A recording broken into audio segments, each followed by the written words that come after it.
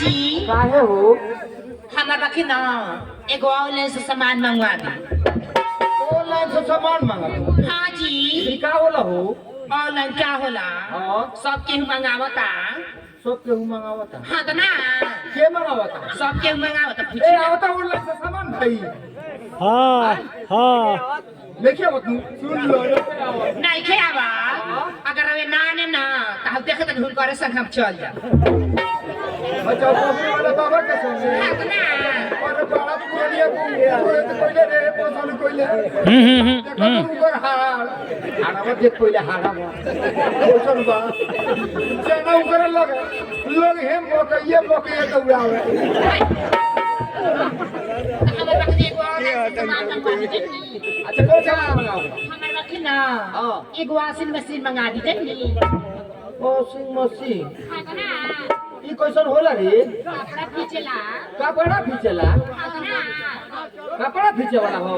हाँ जी। अच्छा ठीक बा तो मोबाइल लाओ कैसन चाहिए? अहे सुनी ना हाँ हमारा ऐसा वॉशिंग मशीन चाहिए ना जे कपड़ों खींचे गानों गाए और प्यारो करे। वॉशिंग मशीन का होई रे?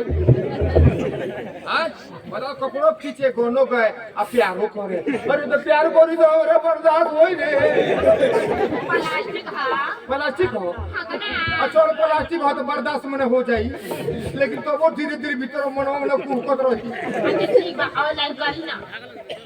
फोन नंबर लगाओ करी नू। हाँ तो ना अच्छा रुक नंबर लगाओ तनी 94 400 चाकर 95 500 पातर 97 7 सुता के 98 8 उठा के।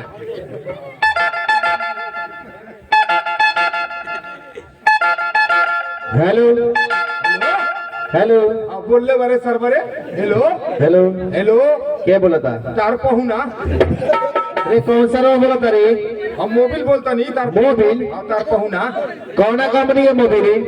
कौना कंपनी के? हाँ घर वाला कंपनी के। घर वाला। हाँ आ कहाँ फोन लगल बारे? ऑनलाइन सेंटर में। ऑनलाइन? हाँ ऑनलाइन का होला रे? ऑनलाइन।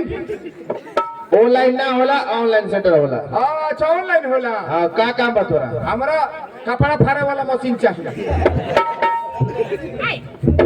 हमारे वही मशीन चाहिए। कथी मशीन चाहिए रे? सब लोग बोले कि एको ढंगे ना बचन ना। अरे घोर पर आगलो का कहे करो रे? हमार ना कपड़ा खींचे वाली मशीन चाहिए जनी। अच्छा हमनी के कपड़ा खींचे वाला मशीन चाहिए। देहे ने हम बोली हेलो हेलो अरे के बोला तनी? हम ऑनलाइन सेंटर से बोल रहल बानी रउआ के बोलत तनी?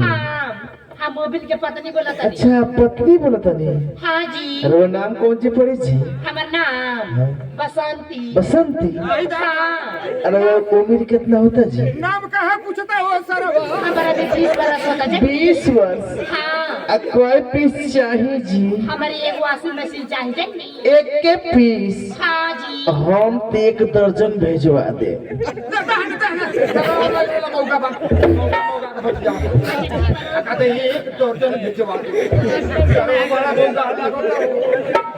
Hello hello hello. हाँ मोबिल भाई तू बोला तेरा हो? हाँ हम बोलता नहीं। अब तोहरे मेहरारू कहाँ गई हो? हमारा मौके से कौन सी करे बाबू? अच्छा बताओ कागज केकर नाम से बनी? हमारा नाम से बोली हमारा मोबिल। तोहरा नाम से? हाँ मोबिल। ठीक बा मिल जाई। मिल जाई नू? हाँ तो कब देबो? कब देबो? हाँ कौन सी कब देबो? उहे कौन है? उहे कब देबो? अच्छा मशीन बा? हाँ कब देबो? कब दे? ए मशीन मिल जाई 5 दिन में। 5 दिन में? हाँ हमारा 5 मिनट में चाहिए देबो? 5 मिनट में? 5 मिनट में ना मिलेला 5 दिन में मिलेला। 5 मिनट में ना देबो? ना आए ना ना 5 मिनट में दो। ठीक बा 5 मिनट में लेके हम आ जा। आ रुपया को लेबो? रुपया?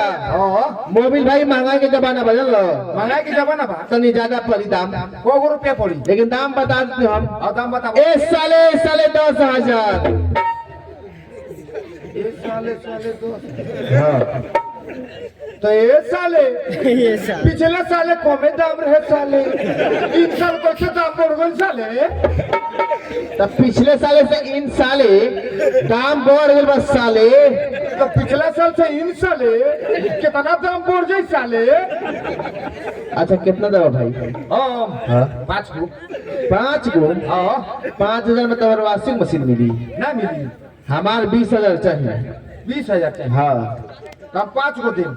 5 गो। हाँ भाई 3,000 बढ़ा दो तनी। 3,000 बढ़ा दो। हाँ हमरा का 8,000 दे दियो, हम लेके आ रहल बानी। अच्छा 8,000। हाँ। अच्छा ठीक भाई आओ। ठीक हम लेके आ रहल बानी, लेकिन 5 मिनट में दो। 5 मिनट में हम लेके आ रहल बानी भाई। हाँ ठीक बा। अरे ऑनलाइन को देनी रे। आवता अब बुक को देले बानी।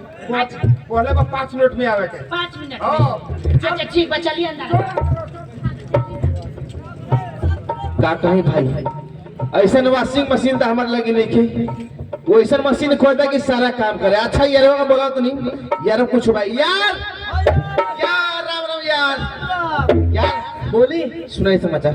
ठीक बाबा सुनाई यार बोली। अरे देखी ना मोबाइल वाइल हमारे दुकान में जानी मोबाइल आइल बा। हाँ वो कथी कहता ओकर एगो वॉशिंग मशीन चाहिए। Washing machine. हाँ। चलो अरे वो तो वॉशिंग मशीन की दुकान ही कइले बानी, एक बस करे दे दी। यार बोली वो जानती कैसे मशीन खोलता, कैसा जी? सारा काम करे, सारा काम गाने गाए, हाँ प्यार करे या कपड़ा खींचे। गाना का प्यार करे। हाँ ऐसा वॉशिंग मशीन में देखले बानी, कहाँ हम देख रहे यार। देखे देखले ना।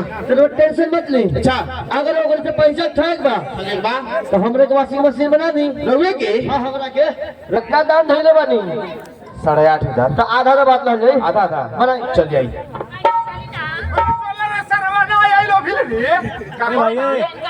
अरे ऑनलाइन तो मिलने कोई नहीं रे। अच्छा ठीक बा आवत होई जन्नी। और आओ थोड़ी हेडफोन वाला लगाई का दी। अच्छा ठीक बा आवत होई जन्नी। वो भाई सरवर आ गई। होले होले। हेलो हाँ होले हेलो होले। बोल रहे सरवा। हेलो होले। मोबाइल भाई। हाँ हम मोबाइल बोलते नहीं। अच्छा मोबाइल मत रहा। हाँ कहाँ बार हो? घर में। घर में? हाँ घर में कौन सी करता हो? घर में कौन सी करता रहो? तनी बाहरे आओ थोड़ा से वो काम बाजर। बोहरे अब। हाँ कौन सी करे हो?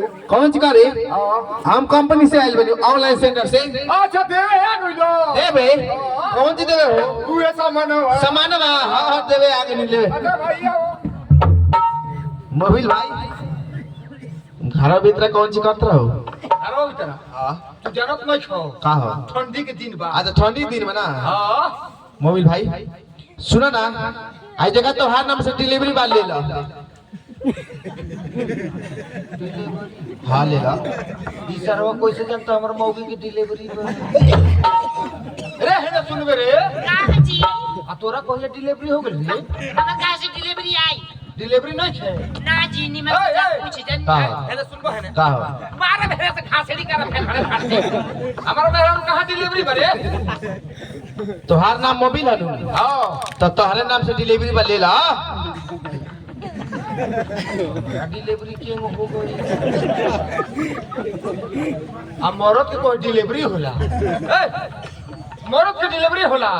देखा ना ए भाई कहियो सामान ना मंगल बड़ा ऑनलाइन सेंटर से वॉशिंग मशीन आ गइल बा। अच्छा पार्सल पार्सल का पार्सल। हाँ तो डिलीवरी होला ना। डिलीवरी कोई भाई तोहार पीछे बा देख लो। पीछे बा। हाँ ए भाई छोट लड़का का हो? छोट कौन सी छोट हो? सामानमा छोट लड़का घुस गइल का? पीछवा घूम के देखा ना बड़का बा बहुत बड़ा बा। अच्छा घूम के देख। हाँ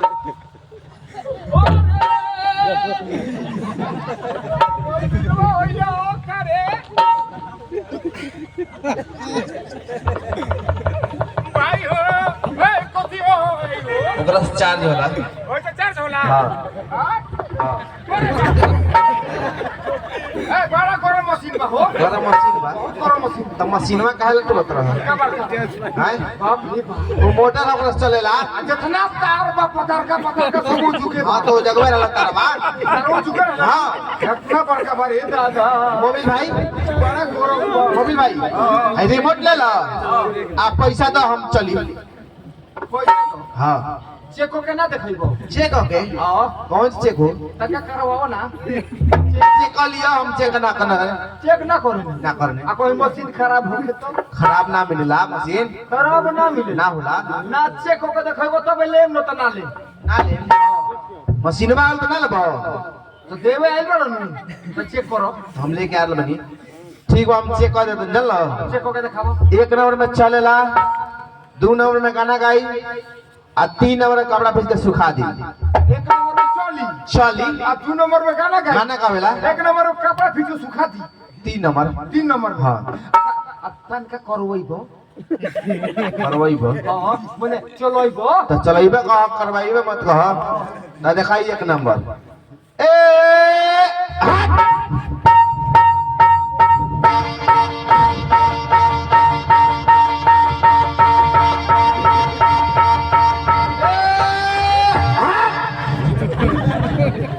अरे बड़ा तेज चलता मसे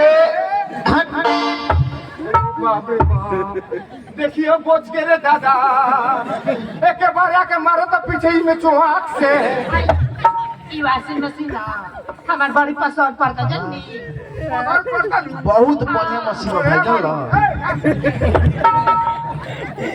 बहुत छिया तरह भाई आवा तरह से ऑनलाइन वाला सामान देवे आ दूसरे के नहरा ऊपर हाथ लगावत रहा हम उस समय के ना हई हम वो में के ना नहीं अच्छा अच्छा तो 2 नंबर करो ई बेटर का 2 नंबर चेक करवाबा चेक कर 2 हां तो 2 नंबर नंबर दिखाई 2 नंबर ए कहां का होता रे सर्व मशीन बिगड़ल बा रे मशीन बिगड़ल बा रे बिगड़ल बा हां मशीन ना बिगड़ेला ओकर सेटिंग बा नु हां सेटिंगो में गड़बड़ी रहेला सेटिंग गड़बड़ी हां तो करवाओ ना तुम सेटिंग में करो इको करवा चेक करवाओ तनी हां हां हां तो दिखाई 2 नंबर हां ए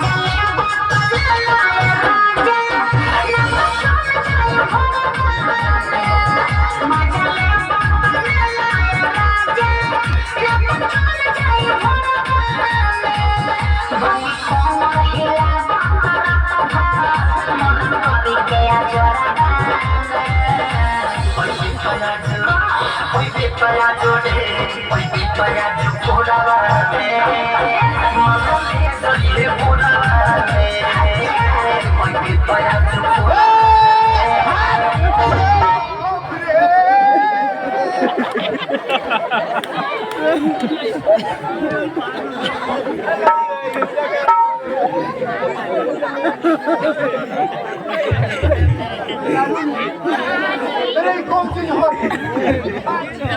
तो जगह से पकड़ ले लो चुहाक चुहाक चुहाक चुहाक साफ सांस लेने में देते रहे दादा भाई जी मैंने वॉशिंग मशीन में लगे कैसे शॉर्ट गई वॉशिंग मशीन में शॉर्ट गई अगर मैं पीछे जान के शॉर्ट में तो ना आई हुई खींचेला का रे अगर ना खींचला तो तू मो तो सोटी हो ना तो दिन में करेंगे लोग लौकावे ए मोबाइल भाई पर हम काहे सट जतरा हो बड़ा खतरनाक बा हो वो मोटर हिचे ला ओकरा से खींचेला ना हां ये मशीनवा हो ये हां ये मशीनवा ओकरा से चलेला चलो कल में कपड़ा डालो कपड़ा डाल रहे हैं जल्दी कपड़ा डालो डाली जी हां कपड़ा डाल तो देखा ये 3 नंबर ए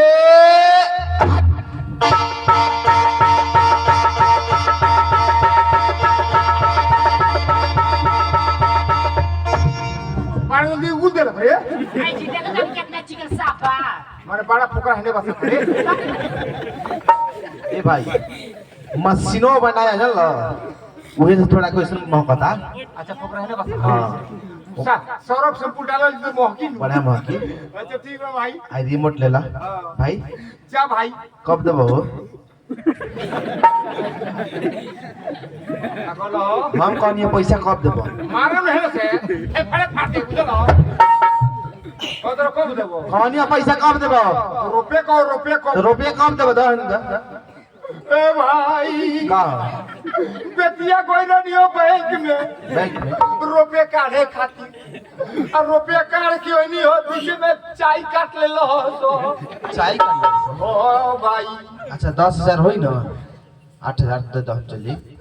भाई हमारे पैसा नहीं पैसा नहीं खे सामान लेला पैसा नहीं खे रुपया नहीं खे तो हम लेके जा रहे रुपया ए दे दे कौन वाला लेके तो मशीन वाला का बोल तो पैसा ना उतना ले जाओ। मशीन वाला के मेरे के में अब तक तोहरे होई ना हमरे चलो अरे सुना ना का ए भाई का हेमे लगावल जला तो ना जाके ढुक जला ढुक जला। हां कौन से ढुक जला हेने लगावल जला तो ढुक जला पैसा बा।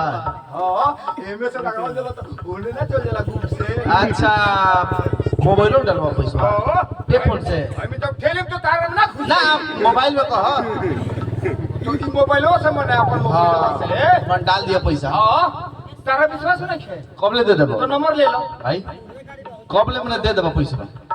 पैसा बा हां बिहान यान विश्वास नहीं है बचइयो हम आत्मा लोग का खोई तो देबे ना कोन तार पता नहीं मत बचइयो। अरे सुनो ना का है? विश्वास नहीं है तो फोन नंबर ले लो फोन नंबर हाँ। तो दे दे फोन नंबर लो फोन नंबर ले लो 96 रो 96 अब फोन ना लगी तो फोन से नहीं हुरो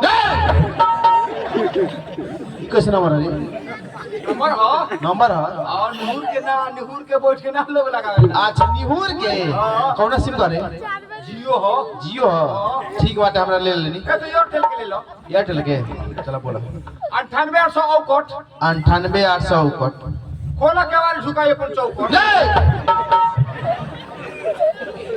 ई कैसा नंबर है नंबर हो नंबर नंबर है भाई ठीक हो जा बिहान लागी नु बिहान पैसा दे दी ठीक बा पैसा दे दियो लागी ना भाई ई तो लागे तो तारा तो मेरा रू रे हाजी ओए देख लिया कौन होई दे ले लेनी ठीक बाजी ओ मजा काटना चांदी काट हाँ ना कहाँ जाइए वो कपड़ा पीछे लाई ना अरे सुन ना हाँ अरे उ सरवा केंगे चलावत रहे रे हमनी के ढोंगाई कि ना आई तो चेक करी थी अच्छा ठीक बात रोए चेक कर ली आ कोई मशीनवा गड़बड़ाइल होके केंगे चलावत रहे अच्छा एक नंबर दाब के पहले चेक करी ना एक नंबर दाबी नु हाँ चले ला हाँ तो चली ना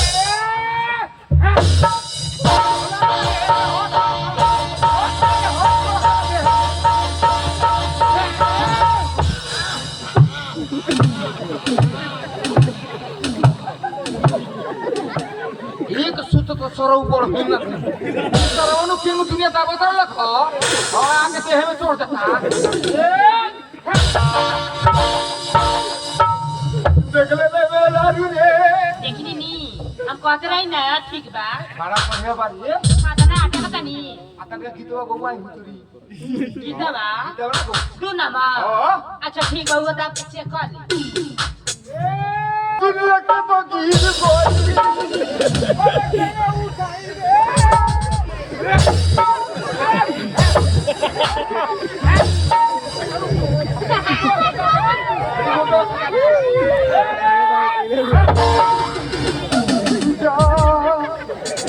मोगी के हमर साथी लाग गई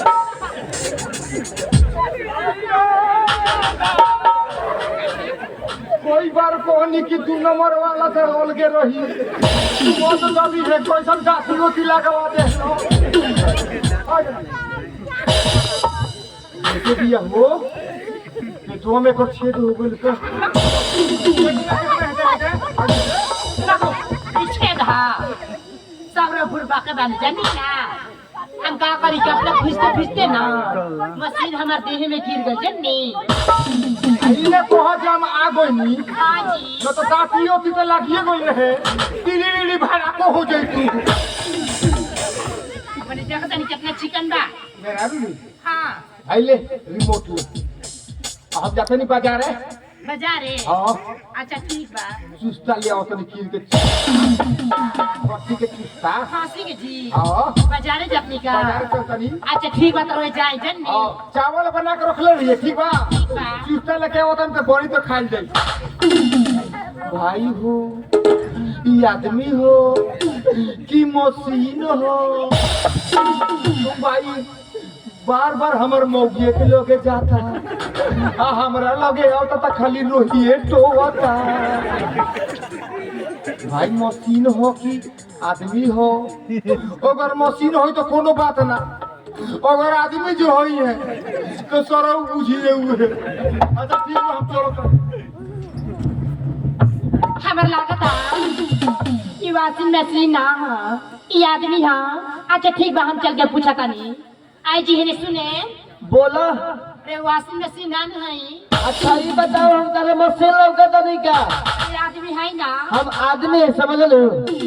हम जान नहीं तारा मौत तरह से प्यार ना करेला। क्या हाँ। ऊपर नक लेके कुछ होकबे ना करला, तू सामने होगा है।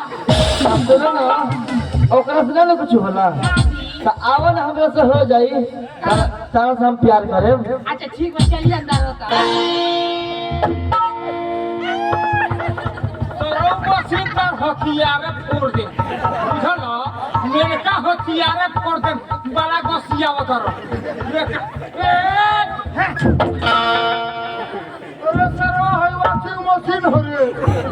अरे सरवा वाशिंग मशीन लेने आओ तो। बॉडी को पकड़, छोड़ छोड़ ये तो गिरा से मेरे उल्टा देता है। अरे छोड़ रे सरवा। अरे दादा, अरे क्या करी रे? और दादा क्या करी रे, क्या करी रे? बिचवा में आ जा, नक लेके मुझे आ जा।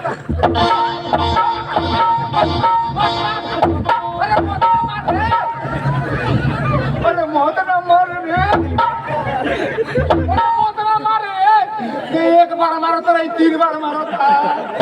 अरे बाप रे बाप, अरे बिचवा में मार।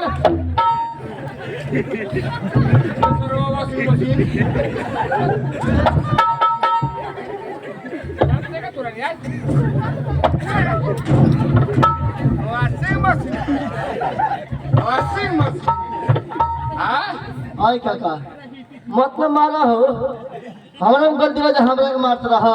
कामरान बोलती बा, तार मेहरारे में गलती बा। मेरा रूम का कि तू बड़ा बुरबा तोहर मेहरारो होशियार वाली ना, उनके जानकारी नहीं थे कि और ऐसे कौन कौन सामान वाला। अच्छा ये बताओ, वाशिंग मशीन चला वाला देखले वाला हो? Washing machine? हाँ, गाने गाए वाला। हम कहाँ मशीन देखले बानी वाशिंग की? नहीं के देखले, जिंदगी में कहियो नहीं के देखले, नहीं के देखले। नहीं देखले। सच में तू बुरबक वाला बकरे को चलावला का? तोरा कैसे बुझाता? ओहे के बुझा दा बकर चलवा हा के दी। पांचों 5 बार पास बानी। पास वाला आगे ना बढ़ पइलो बैठ, वो सुनो बुरबक वाला हो। चला तो। अरे तलवार रे, एकर मेरे का हथियार करते ना करते। आई काका सुन ना ने, निकाले से पहले हमारा सामान और भैया से बतिया लो, भैया से और चाल कर दे देखवाओ। अब भैया हां वो भैया हला रुपया दे भैया। भैया का आई जी ये वाशिंग मशीन ना, अरे खिलाड़ी भी है भगा दहलक हो। ये वाशिंग मशीन बड़ी छीन रहा बजन नहीं। वाशिंग मशीन छीन रहा। हाँ ना, अब तू छीन रही नहीं, वाशिंग मशीन छीन रहा। बताओ तो वाशिंग मशीन बोल के चले सरवा एकरा के नसबे को लग हमरो को बर्बाद को दे था। इन्होंने ना कोले रोटी तो नेपाल के बॉर्डर है लाइए थी। अच्छा ठीक है, चलिए हमने घरे चल जाए। चल घरे चल तो आज के बाद मशीन में फेरा ना पड़ी हम ना तो जा करू। हाँ जी चलिए। जी हाँ, आइए दोस्तों, चलिए अब